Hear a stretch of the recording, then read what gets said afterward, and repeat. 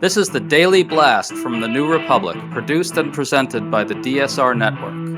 I'm your host, Greg Sargent. Governor, thanks so much for coming on with us today. Great to be with you, Greg. Thanks for having me. Okay, Governor, you just did an event highlighting some of your policies cutting taxes on Pennsylvanians and lowering their costs, including lowering childcare costs and lowering costs for businesses that are trying to grow. Kamala Harris is campaigning on a similar set of proposals. She was in Pennsylvania on Wednesday talking about them. You talk to voters about costs a lot. Are they noticing your policies? Are they associating them with Democrats? And are they hearing about Harris's proposals? Well, Greg, they are seeing the effect of having a Democratic governor who's able to work with Republicans and Democrats alike to get shit done here in Pennsylvania. We've cut taxes 4 separate times for families who are struggling to afford childcare. We tripled their childcare tax credit. We gave small businesses a tax credit both on childcare and being able to wipe out some of their losses. We cut taxes for seniors who are struggling to stay in their homes, and we cut business taxes overall that's helping stimulate economic growth. I think people are seeing the effect of that because we didn't just talk about it, we actually got it done. And I think they understand, and certainly we're seeing this in Republican and Democratic communities alike. They see that the policies we're putting forth, the kind of common sense things that I'm doing, that Kamala Harris proposes to do as a way to grow the economy and put more money back in people's pockets. Governor, as of today, the polling averages have Harris ahead 1.3 points in your state. That's incredibly close. What's your sense? As of now, is Harris leading in Pennsylvania, even if it's by an extremely slim margin, or is it functionally a tie? Yeah, I mean, look, it's probably functionally a tie, but hear me on this, because I think some context is really important. The last 2 presidential races, Greg, came down to 44,000 votes and 80,000 votes. To put that in some context for your viewers and listeners, that's a point or less. So whether it's statistically a tie or it's 1 point, I mean, the reality is the races here come down to a few tens of thousands of votes. Now, I'd rather be us than them. Let me explain why, and let me offer a little bit of meat on the bone there to kind of back up my statement. Kamala Harris is playing on his side of the field right now. She's showing up in rural communities and getting some really positive feedback. I'm seeing anecdotally more signs, more volunteers, more people willing to join the Harris campaign in the communities that are kind of those swing areas or the swing counties. And while, you got to pick up those last few yards and get in the end zone, and those last few yards are really tough here in Pennsylvania, I think we've got momentum, and I'd rather be us than them in this battle. Well, there's no question that she's really contesting parts of the state that are unfriendly to Democrats. I want to get to that in a minute. First, I want to get your response to what Donald Trump did this week. He held a rally in Pennsylvania. He attacked the population of Haitians that have moved to Charleroi in the southwestern part of the state. He said towns and villages across PA are inundated and that this represents a war on workers by Kamala Harris. I wanted to give you a chance to set the record straight on all those claims.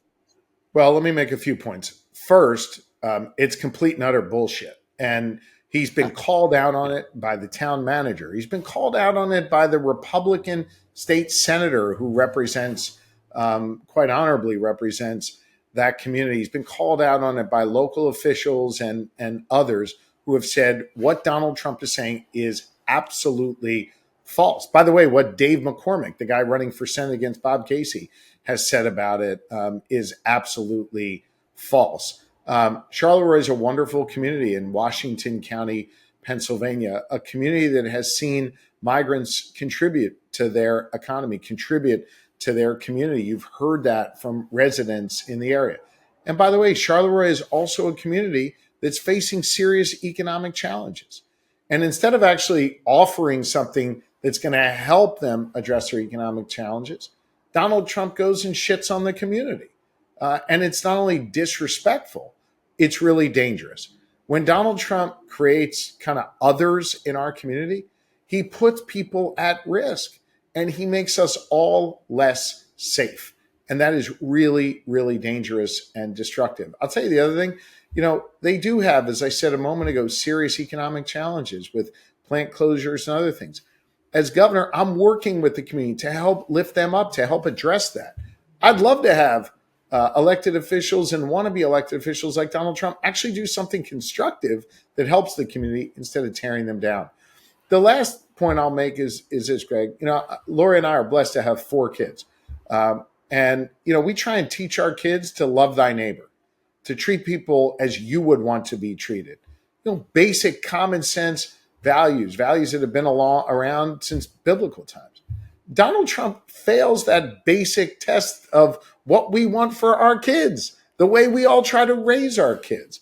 And I think Charleroi and his attacks there, his attacks in Springfield, Ohio, which were of a similar way, just is really, it is not only reprehensible from the standpoint of someone who wants to lead the nation, it's reprehensible from the standpoint of someone who just failed the basic lessons that we try and teach our children. What about his underlying claim that immigrants threaten American workers and their livelihoods in some sense? Can you address that? The unemployment rate is 3.4 in Pennsylvania, so it's hard to see exactly how this inundation by immigrants is really a war on American workers. But I'd like to get you to address it substantively. There's an underlying claim there. Can you talk about it? Well, his claims are all completely false, and legal immigration has helped strengthen communities across Pennsylvania, whether it's on our farmlands or in our small towns, in our factories, in our manufacturing base. We have seen, or in our small businesses, we have seen those who have legally come to this country, who have done the hard work to be here, who have come to communities, strengthen those communities. Now, that's not to say that we don't have communities across Pennsylvania that have economic struggles and economic anxieties, but and they're real and they're legitimate. But to point the finger at immigrants as the reason for that is not factually correct, and it's morally wrong. I want to bear down on this a little bit more. In addition to all the lies Trump is telling about Haitians, there's no question they're lies. It's all nonsense. There's another story underneath all that. It's that mass immigration is eroding the sense of rural, small town, non-metro solidarity and community that people supposedly used to enjoy. Now, here's my question. Do Democrats need to speak to that directly? It's one thing to say, I'll sign the bipartisan border bill that Trump cynically killed. Very good message. And, true, he did kill it. Also would be helpful for the country. They're terrible on border security. Right. Yeah, right. He said Trump sabotaged the country for his political purposes. It's a good Correct. message, and it's true. But do Democrats need to take on the deeper argument a bit more? I noticed you said immigration is good. You don't always hear Kamala Harris say that. You don't always hear national Democrats say it. Should they say it more directly? Well, I think legal migration has helped strengthen this nation and strengthen the Commonwealth. And when I go around and I talk to our farmers, they talk to me about immigration, and they want to see more migrants come legally to this country and help them on their farms. When I talk to small business owners or people who operate factories, they recognize that we need to make sure that we are both growing, growing talent within our schools through investments in VOTEC and apprenticeship programs and other, skills-based learning to help strengthen our communities.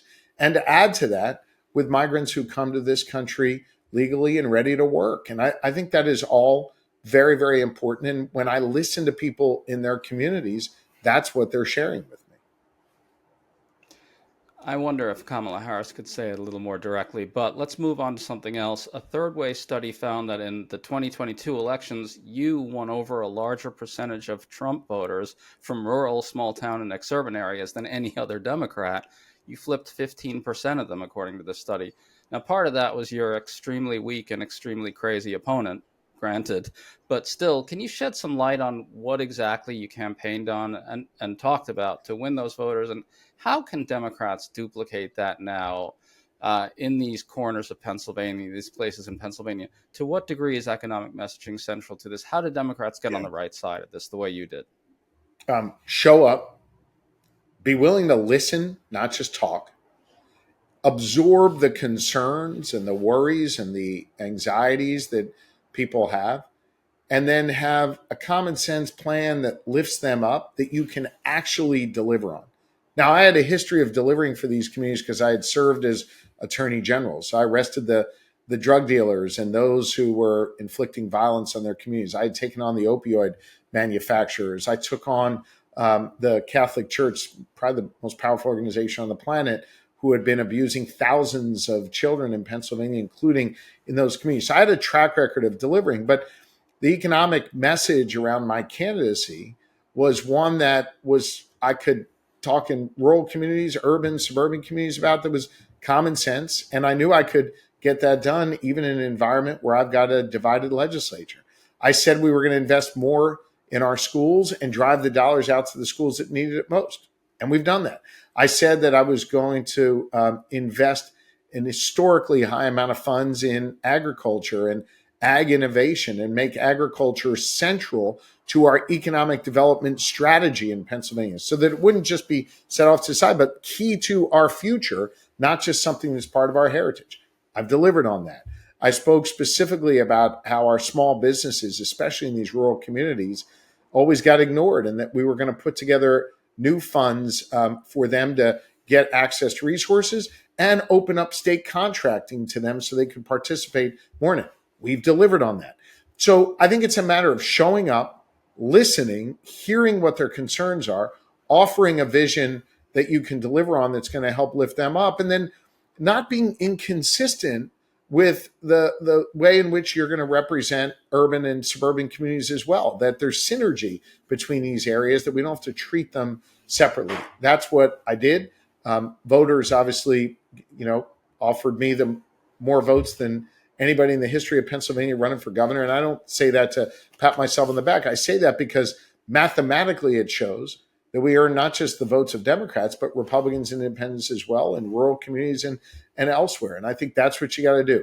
Show up, do practical things, listen, and deliver for them. Well, Harris is clearly contesting these voters as well. She's going to these parts of the state that you mentioned earlier. Some polls do show her hitting Biden's 2020 targets with non-college whites, a big demographic in Pennsylvania that we're talking about here. Where does she need to get to with these voters to win, and how does she get there? Is she there yet or not? Well, there's still 40 days to go. So, no one's there yet. Everybody's got to run through the tape, and Kamala Harris is running through the tape. Let me give you just one example to speak to the group that you were just referring to. And those are people who live here in Pennsylvania who've chosen not to get a college degree, or maybe couldn't afford to get a college degree. I think for too long, Democrats have ignored those folks. And actually, Democrats have said, if you want to get ahead, you must have a college degree. Now, if you want to get a college degree, that's great. We need to work hard to make that more affordable for you. But we can't just be disrespectful to those who seek to maybe go to the military and not get a college degree, who want to go and get a union apprenticeship, go through a union apprenticeship program and learn how to be a welder, and they don't want to go to college, or maybe want to go start their small business right out of high school. We need to treat all of those pathways to success with the same amount of respect. And to treat them with the same amount of respect, government has to have initiatives and funding and other things that demonstrate a real respect. So my first day in office as governor, I signed an executive order, first executive order I signed, doing away with the college degree requirement for basically all state government workers, a little over 92% of state government jobs, over 66,000 jobs. Folks in the private sector have followed suit. We've invested in VOTEC and union apprenticeship programs and other, training, skills-based learning. These are things that show you're willing to respect people who choose not to get a college degree. Kamala Harris, why do I cite all this? Kamala Harris was in Wilkes-Barre, Pennsylvania the other night talking about these very issues, talking about how she wants to do away with the college degree requirement for federal jobs, talking about how she wants the private sector to follow suit, investing in skills-based learning and training. These are the kind of things we've proven are successful here in Pennsylvania, not just politically, but in helping people out and turning their lives around. And Kamala Harris is for those things. She's talking about those things. And I think it's really powerful to speak about those things here in Pennsylvania. I think voters are going to say, you know what? She's got my back. She's got my best interests in mind, I'm going to vote for her. So I want to ask you about that. Is she currently, right now, doing what she has to do to win those voters in the numbers she needs to win the state? I think she's on her way to do that. Again, there's 40 days left, so it's not as though she's done making Right. the case or making the sale, if you will. She was in Pittsburgh, Pennsylvania today, talking about an economic message for the middle class and how she's going to help cut childcare costs and invest in small businesses. This is all critically important stuff and things that are going to be really impactful, I think, come election day. Let me ask you this, Governor. Why does Trump have an advantage on the economy? We all lived through 2020. It was a disaster. That was his last year in office. He was actually president then, even though he wants us to forget that. Now, the polls are a bit all over the place. Some data suggests Harris is getting close to fighting Trump to a draw on who is trusted on the economy in Pennsylvania, but some don't show that. She's behind him. Why is that? Why is it that voters in Pennsylvania believe Trump is good on the economy? Yeah, I mean, look, I think you pointed out that those numbers are getting much, much closer than they have been Yeah. in recent years.